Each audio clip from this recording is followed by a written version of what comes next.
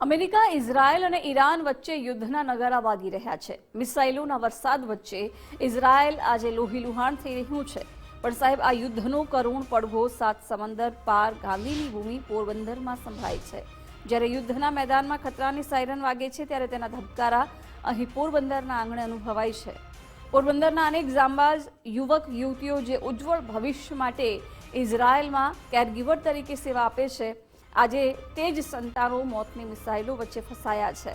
જરા વિચાર કરો એ મા બાપની હાલતનો, જેમની આંખો ટીવીની સ્ક્રીન પર ચોંટેલી છે. ટીવી પર આવતા એ આગના ગોળા અને તૂટતી ઇમારતો જોઈ પોરબંદરના પરિવારોના જીવ અદ્ધર થઈ ગયું છે. મારો દીકરો સુરક્ષિત હશે, મારી દીકરીએ જમ્યું હશે, આ સવાલો આજે પોરબંદરની હવામાં ગુંજી રહ્યા છે. હજારો કિલોમીટર દૂર મિસાઇલો વરસી રહી છે, પણ આંસુ અહીં પોરબંદરમાં વહી રહ્યા છે. આજે આખું શહેર એક જ સૂરે પ્રાર્થના કરે છે, હે ઈશ્વર, આ વિનાશ અટકાવે અને અમારા વહાલ સોયાઓને સહી સલામત પાછા લાવે.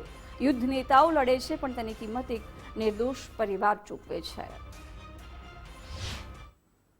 મારા પપ્પા 6 મહિનાથી ઇઝરાયલ છે અને 6 મહિના તો ઠીકઠાક આવેલું, પણ કાલથી યુદ્ધનો માહોલ ચાલુ થયો હોય એટલે અમને પણ ચિંતા છે અને એને પણ ચિંતા છે કે એ કેવી રીતે રહી છે, શું કરે છે.